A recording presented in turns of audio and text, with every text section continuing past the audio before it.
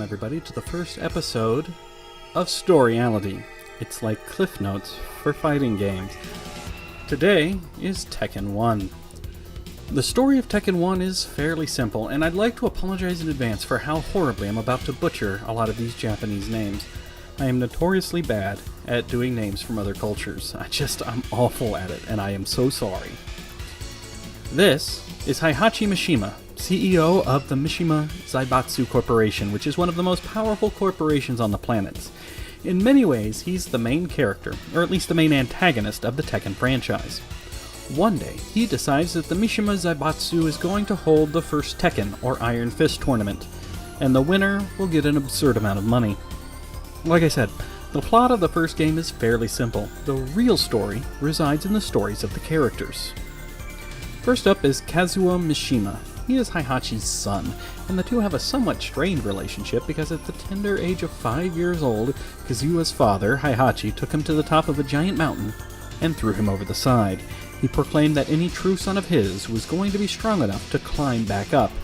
Kazuo survived, although how he survived we don't necessarily learn in this game. Kazuo doesn't care about the money for the tournament. He enters simply to get revenge on his father. Next we have Jack, a robot built by the former Soviet Union. Having heard rumors that if Kazuo wins, he plans to take over the Mishima Zaibatsu and use its resources to take over the world. They send their killer robot into the tournament to eliminate him before that can happen.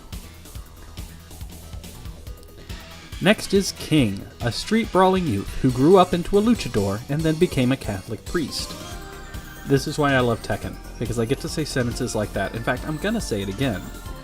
Our next fighter is King, a street-brawling youth who turned into a luchador and then became a Catholic priest.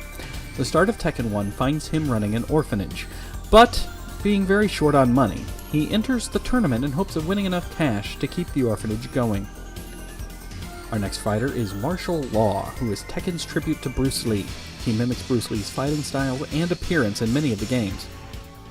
Law works in a Chinatown kitchen and joins the tournament in hopes of getting enough money to start up his own martial arts dojo and just maybe becoming a world-famous fighter. Next up is Michelle Chang. She is a Chinese Native American. She's the daughter of a Native American woman and a man from Hong Kong. Her father worked for Heihachi and was searching for ancient artifacts in America when he met Michelle's mother. For reasons not yet revealed, Heihachi ended up having the man killed, so Michelle joins the tournament looking for revenge for her murdered father. Next up is series favorite Nina Williams. Nina Williams is a world-class assassin who was hired to kill Heihachi, so she enters the tournament to get a shot at him. Now, Nina's story gets a lot more interesting in later games, but for our first game, that's all we're gonna get. Next is Paul Phoenix, the winner of this game's Funniest Hair Award. Look at that. Wow.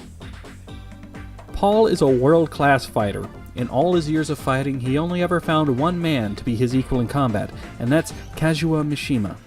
He's entering the Iron Fist tournament in order to find even more powerful opponents. And the last of our regular characters is Yoshimitsu. He's the head of a clan of Robin Hood-esque ninjas. He enters the tournament mainly to serve as a distraction while his clan steals the prize money and, maybe the pocket money of some of the fighters. Now, Tekken 1 has a rather unique structure to it. While all of the characters face Heihachi as the game's main enemy, each of them has a very unique sub-boss that they have to fight first. I say unique sub-boss in that their sub-boss is not a character I've mentioned yet. All of these are new characters specifically for our characters to fight before Heihachi. Unusual among fighting games, to say the least. Now, eventually, in later versions of the game, consoles and whatnot, these characters became unlockable. So, while we do have their backstories, none of them actually have endings. If you beat the game as one of these characters, it simply goes to a black screen. You won. So, let's address the backstories of our sub-bosses before we move into the endings for our characters. Nina's nemesis is her sister Anna Williams. Anna, like her sister, is a world-class assassin. The two of them take sibling rivalry to new heights. Usually, in the course of the franchise, they're trying to kill each other. So it's a fairly safe assumption that Anna joined the tournament to get a chance to kill Nina, or at the very least to prevent her from carrying out her contract. King's nemesis is Armor King, who's another luchador. King and Armor King are frenemies. They have a long-standing friendly rivalry, and Armor King just couldn't miss out on a chance to face his friend in combat. Sadly, Armor King's eye is accidentally injured by King, and he has to bow out of the tournament. This eye injury actually comes up in play in later games, which is why I'm mentioning it now. Yoshimitsu's nemesis is Ganryu. Again, I am sorry for my pronunciations. Ganryu is a sumo wrestler of dubious morals. His goal is to become a world-famous sumo wrestler and open his own training academy. It's implied that he has a lot of shady business dealings and doesn't believe in the honor of sumo. Now at this point you're probably thinking this game isn't near as wacky or as goofy as I promised in the prologue, because remember, I picked it because Tekken is absurd and has a silly sense of humor. Well, I'd hate for you to think that I lied to you, so let's talk about Paul Phoenix's nemesis, Kuma. Yeah, Kuma is a giant bear.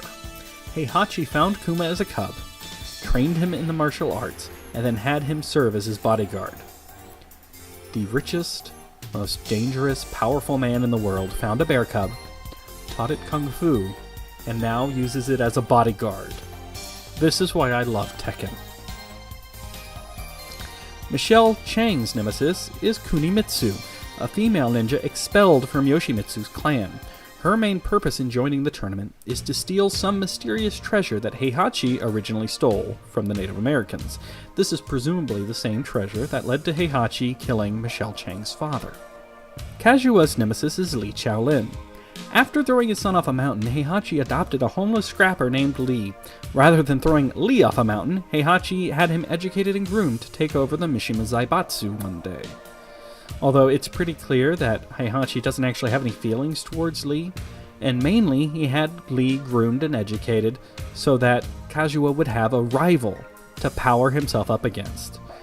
Because first he throws his son off a mountain, then he pretends to love another kid so that his son will have somebody to hate. Heihachi Mishima is Father of the Year. Jack's nemesis is the prototype Jack, and it's pretty much what it sounds like. It's an early version of Jack that was designed for raw power rather than all-around fighting ability. At some point, Heihachi purchased the prototype Jack and put it into the contest to prevent Jack from winning.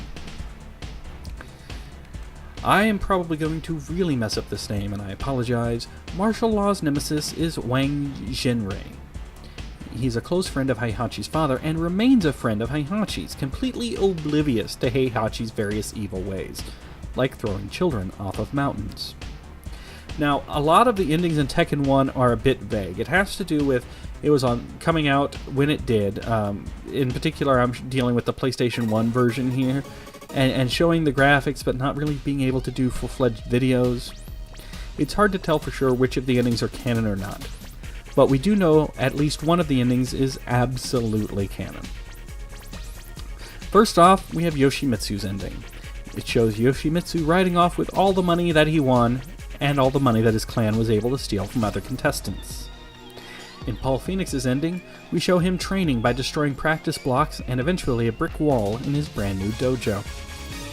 Nina's ending is probably one of the strangest. Now remember, Nina and Anna are our two assassins, always looking for a way to kill each other. In Nina's ending, we find out that Nina stole one of Anna's shoes and then lied about it. That's the whole ending. I warned you, Tekken is a little goofy. Michelle's ending shows her going back home to her mother after finally getting vengeance for her father's murder. Martial Law's ending shows him finally being able to open up his own dojo. Jack's is probably one of the most terrifying of endings. It shows him being hooked up to a machine as an army of Jacks activates. Putin will rule the world. King's ending is semi-canonical. It shows him coming in third place in the tournament. Why his ending shows him coming in third, I'm not entirely sure, but third place does earn him enough money to save the orphanage for now. And lastly, we have our canonical ending, Kazuo. Having beaten Heihachi, Kazuo picks up Heihachi's body and throws it off the mountain, smiling in satisfaction. I'm sure that won't come back to bite him. Stay tuned for Tekken 2, where that comes back to bite him.